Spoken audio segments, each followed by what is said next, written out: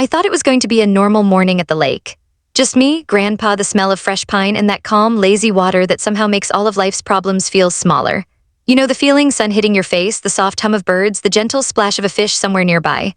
I had planned to unload the boat, maybe grill some breakfast, and finally enjoy a morning without dealing with emails, traffic, or Karen from the HOA. I should have known there's always a catch. We turned the corner onto our private dock, and the first thing I saw made my stomach drop. A truck, a massive, black, shiny truck with the kind of chrome rims that scream, "I think I own the world." And parked right across the dock, completely blocking our access to the lake. I blinked twice. Grandpa didn't even flinch, he just leaned against the passenger door and squinted like a hawk sizing up prey. Grandpa," I said, trying to keep my voice casual, "is that ours?" He let out a low whistle. "I don't think so." I swallowed hard and stepped closer.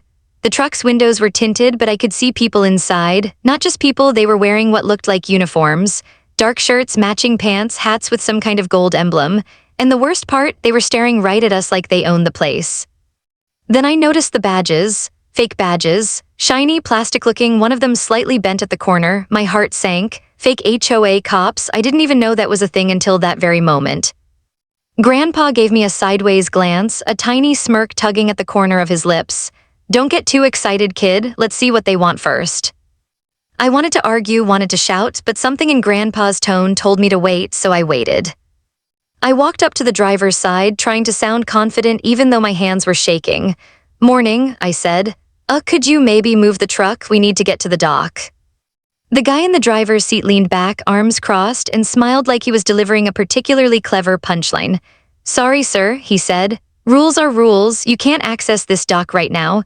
HOA enforcement requires you to wait here." I blinked. Wait, what? My brain refused to parse that sentence. "Excuse me."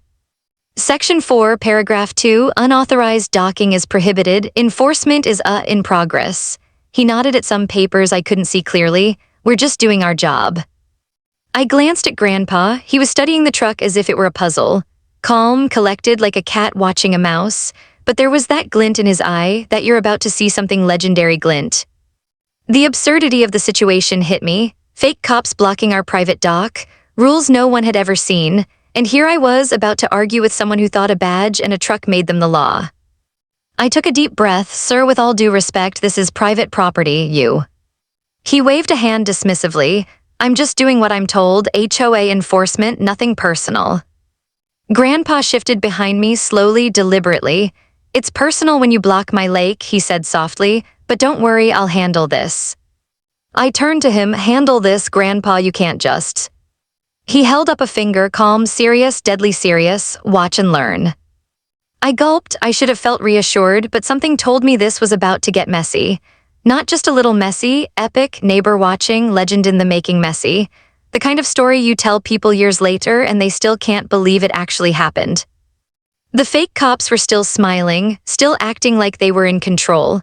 But Grandpa had that quiet confidence that made you instantly nervous if you were on the other side. And I knew at that moment that whatever he had in mind, it wasn't going to be subtle. I sighed, gripping my backpack. I wasn't sure if I was about to witness a miracle, a disaster, or both, but I had front row seats. And that's when Grandpa leaned over, I whispered to myself, and said, "Don't worry, I've got this." And just like that, the calm morning at the lake was gone, replaced with tension, anticipation, and a promise of chaos. The sun was climbing higher, and so was my anxiety. I could feel it prickling at the back of my neck, a mix of irritation and disbelief. How did it come to this? A peaceful lake, my grandpa's legendary calm, and a truck full of wannabe cops thinking they could intimidate us. I had to admit, it was almost impressive in the most ridiculous way possible. The guy in the driver's seat leaned out, trying to look official. "Sir, I need you to step back. This area is off limits until further notice. HOA rules are clear."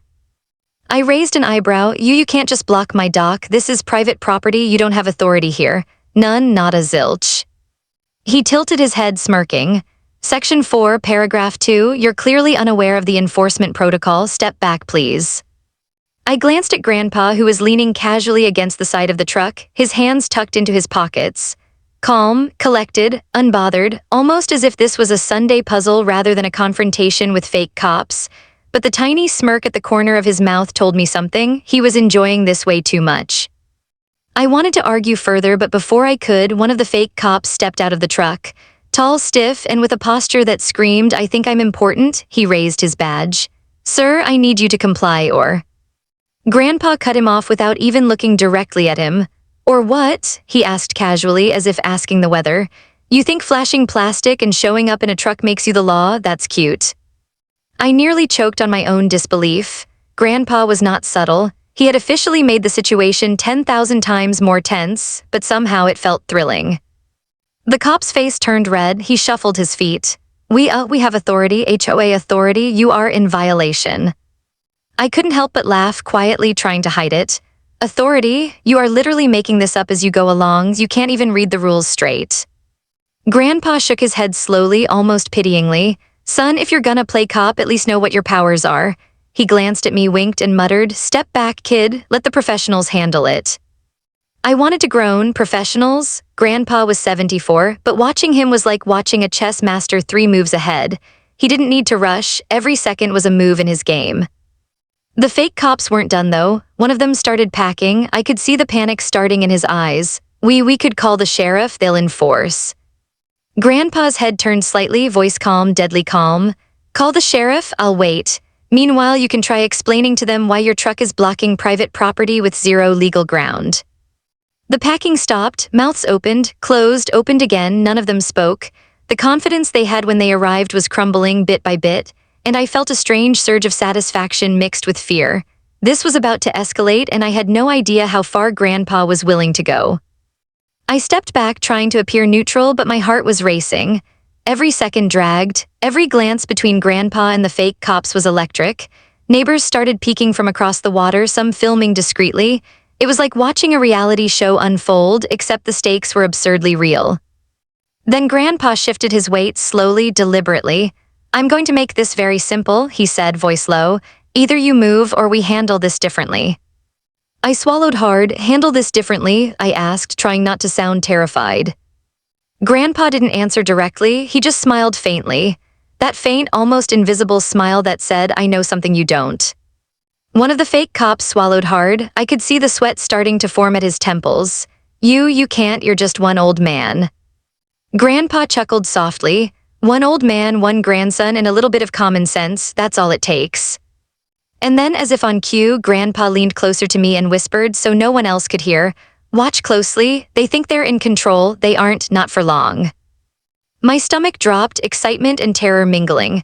I realized right then that the calm lake morning I had imagined, gone, vaporized, replaced with tension, suspense, and the growing certainty that what happened next would be unforgettable.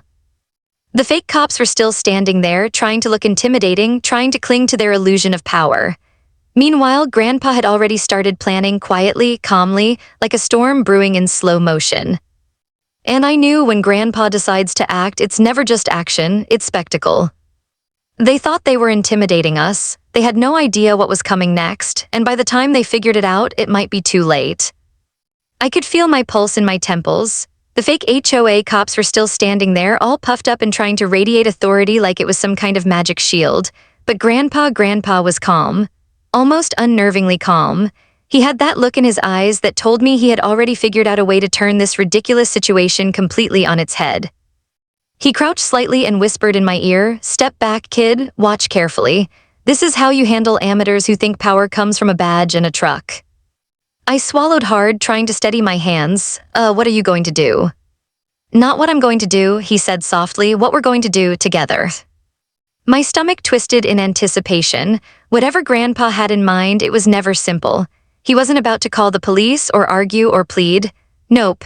He was about to engineer chaos, the elegant, controlled kind that leaves everyone else bewildered, embarrassed, and slightly humiliated.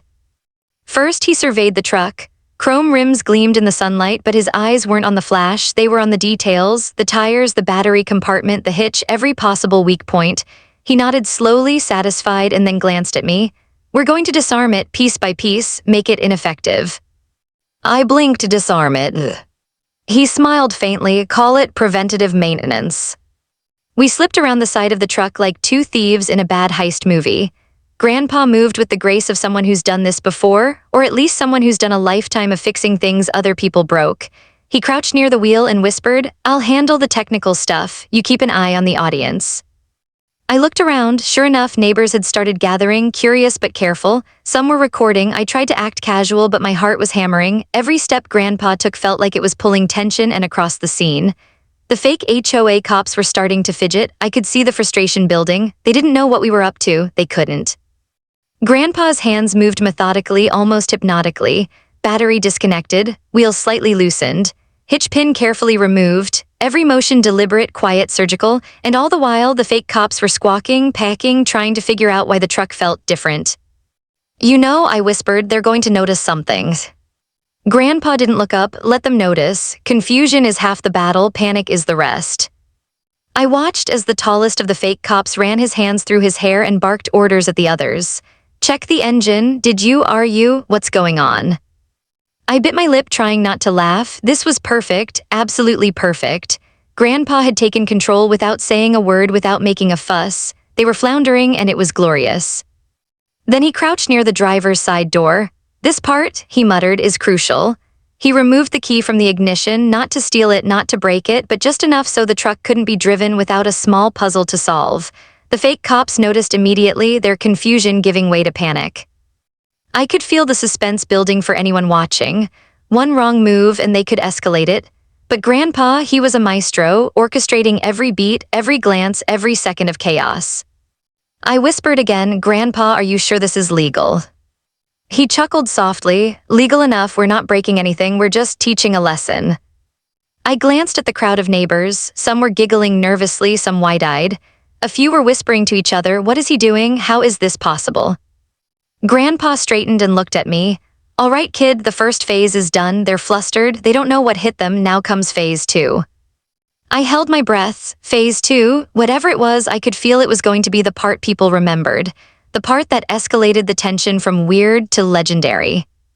The fake HOA cops were still trying to assert authority, still waving their arms, still barking orders that no one followed. And all the while, Grandpa and I exchanged a look that said patience, precision, timing. I realized then this wasn't just about a truck. It wasn't about a dock. It was about reclaiming control, standing up to nonsense, and doing it in a way that left everyone else completely bewildered. And Grandpa was going to do it masterfully. They thought they were in charge, but we had already rewritten the rules of this little game. And the next move, the move that would tip everything in our favor, was about to begin. The air felt heavy that morning, like the calm before a storm. Only this storm involved a massive truck, fake HOA cops, and Grandpa, who was grinning like he already knew how it would end. I could barely breathe, my heart hammering, as I watched him crouch near the wheel, hands moving with deliberate precision. Every movement was calculated, every gesture silent, almost surgical.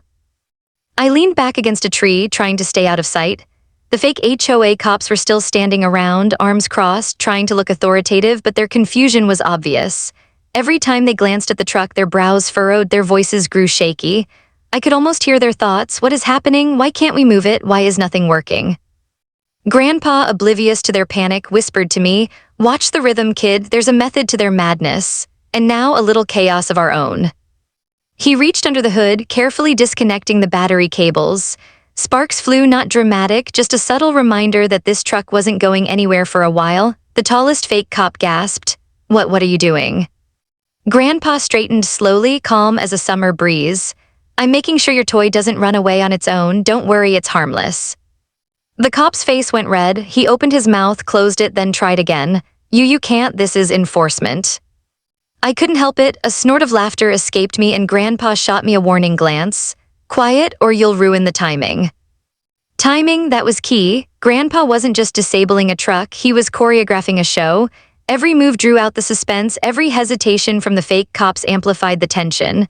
I felt like an audience member in a thriller, but this was real. My pulse raced as I watched. He crouched near the wheel, twisting the lug nuts just enough to make the tires immobile but not damaged. "Phase 1, he muttered, almost to himself, complete." The fake cops were now packing like sharks in a tank, voices rising, hands flailing. "You what? No, this isn't legal. We could call the sheriff." Grandpa tilted his head, voice silky calm. "Go ahead, call them. I'll wait. Meanwhile, you can explain why your vehicle is blocking private property with zero authority." I glanced around. Neighbors had started gathering, some filming discreetly, others whispering among themselves. I could feel the tension stretch across the lake like a taut rope, each second more unbearable than the last. And through it all, Grandpa moved like a man conducting an orchestra, slow, precise, deadly effective. Then came the part I knew would make my jaw drop. Grandpa crouched near the hitch at the back of the truck. His fingers worked deftly, removing the pin and disconnecting the trailer brake line. The tallest fake cop noticed immediately. His face went pale. "Hey, stop that, you can't." Grandpa didn't look up. "Oh, I can, and I just did, but don't worry, I'm being gentle." The confusion was palpable. The fake cops were now arguing among themselves, unsure what was real and what wasn't. I could barely contain my laughter. The bravado that had filled them when they arrived was crumbling, replaced with sheer panic.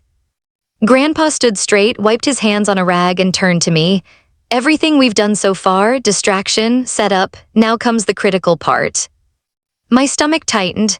The critical part sounded ominous, and knowing Grandpa, it would be dramatic, humiliating, and brilliant all at once. I could feel the suspense in the air. Every neighbor watching, every camera phone pointed in our direction, every fake cop panicking, it all combined to make the moment almost cinematic. I half expected a slow-motion soundtrack to play in my head. Then Grandpa leaned closer and whispered, low enough that only I could hear, "One wrong move from them, one panic-induced blunder, and we win completely. And trust me, they're going to make a mistake." I nodded, heart racing. "I can feel it, I just hope no one calls the cops for real before you finish." He smirked, "Relax, timing, patience, and a little bit of misdirection. That's all it takes to turn amateurs into their own worst enemies." And just like that, the truck, which had once seemed like an immovable wall between us and our lake, now looked fragile. The fake HOA cops had no idea what was coming next. They were on the edge, frantic, desperate, yet completely unaware. They thought they were in control. They thought their truck could intimidate us. But Grandpa had already orchestrated the first domino, and the next move would change everything. By now, the lake was buzzing. Neighbors had gathered along the shoreline, whispering, pointing, and secretly recording the spectacle. Some were trying to act casual, pretending they weren't watching the absolute chaos unfold. But I could see the tension in their eyes, the anticipation, the disbelief, the giddy curiosity. Everyone knew something extraordinary was happening, even if they didn't yet know what. And then there were the fake HOA cops. They were floundering, arms waving, voices rising, faces red with panic and frustration. "Step back, you can't just, this is illegal, we'll call the sheriff." Grandpa didn't even flinch. He was leaning casually against the side of the truck, one hand in his pocket, the other holding a rag he'd used to wipe grease from his fingers. Calm, impossibly calm, like he was waiting for the punchline of a joke that only he could hear. I whispered to myself, half laughing, half terrified, "I can't believe he's actually doing this." Grandpa tilted his head toward me, whispering, "Watch carefully, this is where panic becomes a weapon." I stared as he stepped closer to the driver's side, crouched slightly, and made a subtle adjustment to the ignition wiring. A tiny movement, almost imperceptible, but it rendered the truck completely immobile. No engine, no battery, no hope of moving. The reaction was immediate. The tallest fake cop slammed a hand on the hood. "What did you do?" Grandpa straightened, shrugging innocently. "Just helping you understand why private property matters, you seem confused." The guy went pale. He started packing, muttering to himself, clearly debating whether to call the sheriff, call backup, or just run away. I could almost hear the mental gears grinding. Panic had fully set in. Meanwhile, I kept my distance, narrating the absurdity in my head. Look at them, packing, yelling, gesturing like they're on some reality TV show, and Grandpa still perfectly calm. He's going to ruin them without even raising his voice. The tension reached a boiling point when one of the smaller fake cops attempted to grab a piece of Grandpa's toolkit. "Hey, step away from that." Grandpa's eyes twinkled. "Oh, don't worry, it's harmless, I promise." He moved like a cat, precise, silent, deliberate. "The truck isn't going anywhere, you'll have to figure out a different way to leave." The fake cops were now arguing among themselves, bickering like children over whose turn it was to confront us. I noticed the tallest one glancing nervously at the neighbors, realizing everyone was watching, filming, and likely judging. "Sir, this isn't over," one of them yelled. Grandpa's smirk widened. "Oh, it's over, you just don't know it yet." I had to bite my lip to keep from laughing aloud. Every second the fake cops hesitated, every flustered gesture, every failed attempt to assert authority made the situation more tense and more hilarious. It was like watching a slow-motion train wreck, only I was on the train with Grandpa, fully strapped in for the ride. Then came the moment of pure cinematic suspense. Grandpa crouched near the hitch at the back of the truck and subtly loosened it, making sure any attempt to tow or manipulate the vehicle would fail. The fake cops noticed instantly and chaos erupted. One yelled, another flailed his arms, and the third scrambled for a phone, muttering threats about legal action. I glanced at Grandpa. He looked serene, almost bored. "Remember," he whispered, "let them panic. It's the only part of this they're actually good at." The truck, once a menacing blockade, now looked utterly harmless. Its engine silent, its mobility gone, and its authority evaporated, and the fake HOA cops completely undone. Neighbors were whispering, filming, and some were even laughing quietly. The lake, usually so serene, had become a theater of suspense, and the star of the show, my grandpa, was orchestrating it all with a masterful, terrifyingly calm precision.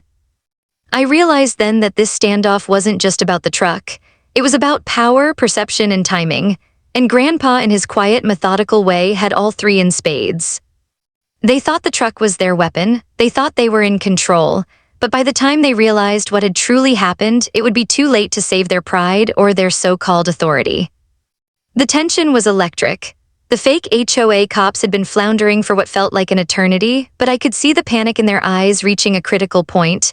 Every gesture, every word was shaky. And through it all, Grandpa remained calm, so calm that it made the chaos around him almost theatrical. He stepped back from the truck, hands on his hips, surveying his work. "Phase 3, he muttered almost to himself. "Time for the finale." I held my breath, unsure if finale meant legendary victory or catastrophic disaster, knowing Grandpa probably both. He crouched at the rear of the truck and began carefully loosening the tailgate, removing the final pins that held the hitch together. The tallest fake cop noticed immediately and started shouting, panic spilling over. "No, stop that, you can't, this is illegal, HOA enforcement." Grandpa didn't flinch, he simply straightened, wiped a hand on his rag, and smiled faintly. "Oh, I'm not stopping, this is private property, and this truck, well, it's just a toy now." The cops' panic escalated. One of them grabbed his radio, fuming, ready to call reinforcements or the sheriff. Another scrambled for the driver's side door, hopping to regain control, only to discover the battery disconnected and the ignition disabled. They froze mid-step, realizing they were completely powerless. I could barely contain my laughter. The absurdity of the situation was breathtaking. These guys had arrived thinking they were in charge, ready to intimidate us, and now they were flailing, exposed, humiliated, utterly defeated. Grandpa leaned casually against the truck, arms crossed. "It's done," he said, simple, calm, complete. The crowd of neighbors erupted in quiet applause, some filming discreetly, others whispering in disbelief. I noticed a few smirking like they couldn't wait to post the video online. Meanwhile, the fake cops were having a full-blown meltdown. Faces red, voices shaky, words tumbling out in a chaotic mess of threats and protests. One of them tried to look authoritative again, waving a hand in a commanding gesture. "We were still enforcing HOA rules, this isn't over." Grandpa chuckled softly, shaking his head. "Oh, it's over, you just don't know it yet." Another cop, desperate, tried to start the engine. A puff of smoke and a sad sputter later, it became obvious. The truck wasn't going anywhere. The realization hit them like a tidal wave. They were powerless, completely. I watched as the tallest fake cop sank onto the hood, defeated, glaring at Grandpa like he had personally orchestrated the apocalypse, which technically he had. Grandpa hadn't just dismantled the truck, he had dismantled their confidence, their authority, their very reason for showing up. Grandpa stepped forward, speaking softly but with perfect timing. "Here, the lesson, you don't get to pretend to have power over someone else's property, you don't get to intimidate neighbors, and you certainly don't get to park your truck like it's fort." The fake cops muttered under their breath, shuffling their feet, unsure whether to argue, call the sheriff, or simply disappear. Grandpa didn't give them time to decide. He turned to me, winked, and whispered, "Watch this." With deliberate care, he resecured the last parts of the hitch, making sure the truck was completely immobile, incapable of moving under its own power, incapable of blocking anything ever again. The audience, the neighbors, the birds, the sun watched silently. The suspense was unbearable. And then the fake cops realized they had no control, no authority, no dignity left to defend. I couldn't help but laugh out loud. The sheer ridiculousness of the scene, their bluster, their panic, the undeniable genius of Grandpa's calm, methodical approach was overwhelming. It was perfect, epic, cinematic. Grandpa straightened, hands on his hips, surveying the scene like a general after a battle. "That's how you win without lifting more than a finger," he said. "Sometimes the mind is the deadliest weapon." The fake HOA cops finally gave up, storming off, muttering threats that no one paid attention to. Neighbors whispered, clapped quietly, and I could feel the adrenaline coursing through my veins. The truck, once a symbol of intimidation, now sat harmlessly, a monument to Grandpa's strategy and patience. They thought the truck could block us. They thought they had control. But Grandpa had turned the tables completely, and the real question was, what would they do next, humiliated, powerless, and furious? The fake HOA cops had retreated a few feet from the truck, muttering furiously to themselves, clearly debating which excuse sounded least ridiculous. But even as they whispered, their faces betrayed the truth. They were humiliated. Completely. Totally. And for the first time, I realized just how delicious it was to watch someone's overblown sense of authority crumble into chaos. Grandpa, as calm as ever, leaned against the truck with his arms crossed. "Let them stew a little," he muttered. His smirk made me nervous. I had learned by now that when Grandpa smirked, something extraordinary or slightly terrifying was about to happen. I glanced at the fake cops. They were packing, sweating, occasionally glancing at the neighbors who had quietly gathered, phones out, filming every ridiculous moment. One of them barked, "We could call the sheriff, they'll make you." Grandpa chuckled softly. "Go ahead, call them, I'll wait. Meanwhile, maybe you should explain to your boss why your truck is now completely inoperable on private property." The tallest fake cop froze mid-step. His jaw tightened. I could see the gears in his head turning frantically. How did they do this? How did one old man completely neutralize our entire plan? The smaller cop, trying to salvage some shred of dignity, stepped forward, voice shaking. We were just enforcing HOA rules. You can't do this, you can't." Grandpa tilted his head. "Rules? Funny thing about rules, if they're nonsense, arbitrary, and enforced by people with no authority, they're basically suggestions." He straightened, hands still tucked casually into his pockets, and continued with the quiet confidence of a man who had lived through wars, storms, and every ridiculous neighbor dispute imaginable. The fake cops' faces went from panic to sheer, unadulterated disbelief. I had never seen anything like it. They looked like they'd been caught in a nightmare that wasn't even real. Neighbors were now whispering excitedly. Some were giggling outright. Others were exchanging glances as if silently agreeing, "Yeah, that's how you deal with idiots." The lake, usually so serene, had transformed into a stage for a slow-motion humiliation spectacle, and the star of the show, my grandpa, was performing masterfully. One of the fake cops tried one last desperate maneuver. He reached for his radio, intending to call for backup, but when he grabbed it, he realized the signal wouldn't go through. Grandpa had subtly blocked any chance of interference by moving the truck just enough to prevent them from using it effectively. They were completely powerless. I couldn't help laughing outright this time. "Grandpa, this is insane," I whispered. He shot me a side glance, voice calm, almost teasing. "Insane, maybe effective, absolutely, timing, kid, that's all you need." The fake cops finally gave up, muttering threats that none of the neighbors nor I paid any attention to. They stormed off defeated, their dignity evaporated into the summer air like smoke. Their so-called authority had been shredded, their confidence obliterated. And all the while, Grandpa just leaned back, a quiet smile on his face like nothing had happened. I noticed some neighbors clapping quietly, some laughing quietly, and a few daring to approach us. "I've never seen anyone handle fake HOA cops like that," one whispered, still shaking their head. "Legendary." Grandpa just chuckled softly. "Sometimes you don't need to fight with words or threats. A little patience, a little strategy, and they destroy themselves." I realized then why Grandpa was the way he was. He didn't just react. He observed, calculated, and waited. The fake HOA cops had thought they were intimidating us, but in reality, they had walked straight into a trap without even knowing it. I exhaled, feeling the tension finally slip away. The lake was calm again, the sun glittering off the water, and the truck, once a symbol of intimidation, was now a monument to our victory. I turned to Grandpa. "So that's it?" I asked, trying to contain a grin. He shrugged, one corner of his mouth twitching upward. "For now, but remember, people like that never quit entirely. They'll regroup, they'll come back, and when they do, we'll be ready." I laughed nervously, imagining what could possibly happen next. But at that moment, I knew one thing for certain: we had won. Completely, utterly, and spectacularly. And the fake HOA cops would never forget it. They thought they could intimidate us, control the lake, and assert authority.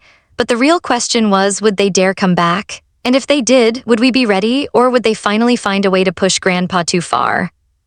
The lake had finally returned to its usual calm. The water sparkled under the morning sun, gentle waves lapping at the dock where our battle had unfolded. But unlike the serene scenery, the memory of the fake HOA cops, their flustered faces, frantic gestures, and desperate attempts at authority lingered like smoke. It was unforgettable. I leaned against the dock railing, still catching my breath, and glanced at Grandpa. He was as calm as if he'd just finished a morning stroll instead of orchestrating a small-scale spectacle of epic proportions. One hand rested on his hip, the other holding a rag he'd used to dismantle the truck, a faint smirk tugging at his lips. "So we're safe now?" I asked, unable to hide the mixture of disbelief and relief in my voice. Grandpa chuckled softly. "Safe, sure, but don't think this is over entirely. People like that, they don't give up easily. They'll be back with more rules, more nonsense, maybe even more trucks. But the key is simple, always stay one step ahead." I laughed nervously, thinking about the chaos earlier.